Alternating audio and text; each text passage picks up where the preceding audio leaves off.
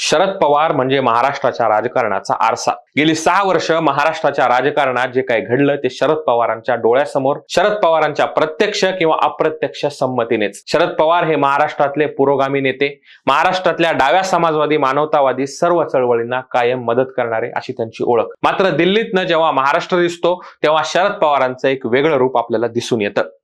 कारण दिल्लीच्या वर्तुळामध्ये जे पत्रकार वावरतात, जे नेते वावरतात, त्यांच्याकडून शरद पवार हे दिल्लीच्या वर्तुळामध्ये महाराष्ट्रातले ताकदवान मराठा नेते म्हणून ओळखले जातात असं कायम सांगितलं जातं। म्हणजे शरद पवारांबद्दलचे परसेप्शन महाराष्ट्रामध्ये शाहू फुले आंबेडकरांचे नेते जरी असलं तरी दिल्लीत मात्र शरद पवारांना मराठा नेता म्हणून ओळखलं जातं। आता शरद पवारांचं मराठा असणं हे आता चर्चेत का आलंय त्याचं कारण म्हणजे मनोज जरांगे पाटील। मनोज जरांगे पाटलांच्या मराठा आरक्षणाच्या मागणीमुळे महाराष्ट्राच्या मराठा समाजामध्ये मराठा विरुद्ध ओबीसी अशी सामाजिक फूट पडल्याचं दिसून आलं। लोकसभेला ही बाब जास्त स्पष्ट झाली। मनोज जरांगे पाटील यांच्या मराठा आरक्षणाच्या मागणीमुळे महाराष्ट्रात मराठा विरुद्ध ओबीसी अशी सामाजिक फूट पडल्याचं दिसून आलं। लोकसभेला ही बाब जास्त स्पष्ट झाली कारण जाती आधारावर प्रचंड मोठ्या प्रमाणात मतदान झालं।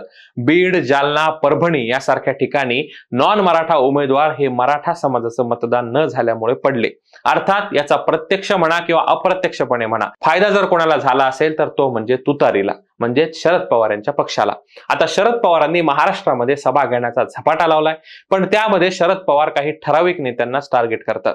त्यांना निवडणुकीतून पाडण्याचा चंग त्यांनी बांधलाय अशी चर्चा आहे। शरद पवारांचं हे राजकारण ओबीसी विरोधी आहे का, किंवा अशी टीका शरद पवारांवर ती का होतीये, या टीकेमध्ये खरंच काही सत्य आहे का? जसं दिल्ली दरबारी म्हणलं जातं तसं शरद पवार खरंच मराठा नेते आहेत का? या सर्व गोष्टींचा उहापोह या व्हिडिओच्या माध्यमातून आपण घेणार आहोत। नमस्कार, मी Sameer More, Times of Democracy TOD मराठीमध्ये आपल्या सर्वांचं स्वागत। शरद पवारांनी त्यांच्या राष्ट्रवादी काँग्रेसमध्ये जोरदार इनकमिंग आता सुरू केले।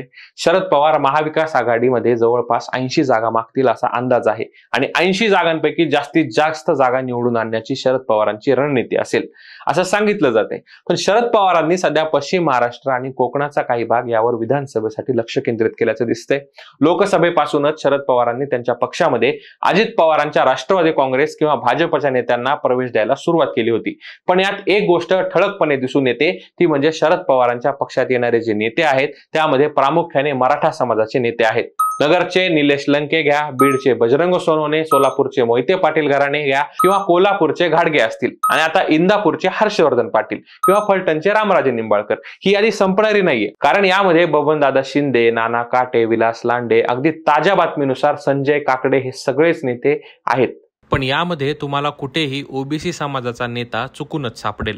अर्थात शरद पवार हे काही ठरवून करत असतील असं नाही, पण राजकारणात घटनांचे अर्थ काढायचे असतात। त्यामुळे मराठ्यांना शरद पवारांच्या पक्षात इनकमिंग सुरू आहे असा आरोप हळूहळू व्हायला सुरुवात झाली। दुसरीकडे गेल्या काही महिन्यात घडलेल्या घटना बघितल्या तर काही गोष्टी या ठळकपणे दिसून आलेल्या आहेत। त्या म्हणजे मनोज जरांगे पाटील हे जेव्हा 6व्यांदा उपोषणाला बसले तेव्हा त्यांच्या समोरच ओबीसी समाजाचे लक्ष्मण हाके हे उपोषणाला बसले होते। मात्र शरद पवारांनी या ओबीसी नेत्यांच्या उपोषणाकडे लक्ष दिलं नाही। उलट जेव्हा मनोज जरांगे पाटील पहिल्यांदा उपोषणाला बसले होते तेव्हा शरद पवारांनी जाऊन खुद्द त्यांची भेट घेतली होती। याशिवाय दुसरी महत्वाची गोष्ट म्हणजे जर शरद पवारांचे दौरे तुम्ही बघितले असतील तर ते दौरे प्रामुख्याने येवला, बीड, रायगड या भागात आखलेले दिसतात।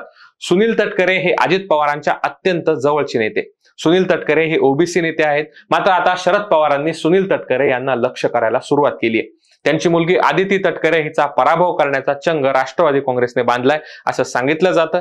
यानंतर दुसरं नाव येतं ते म्हणजे धनंजय मुंडे। धनंजय मुंडे हे वंजारी समाजातून येतात। भाजपने जेव्हा ओबीसी केंद्रित राजकारण सुरू केलं होतं तेव्हा माळी, धनगर, वंजारी या राजकारणाचे केंद्रबिंदू धनंजय मुंडे यांचे काका गोपीनाथ मुंडे होते।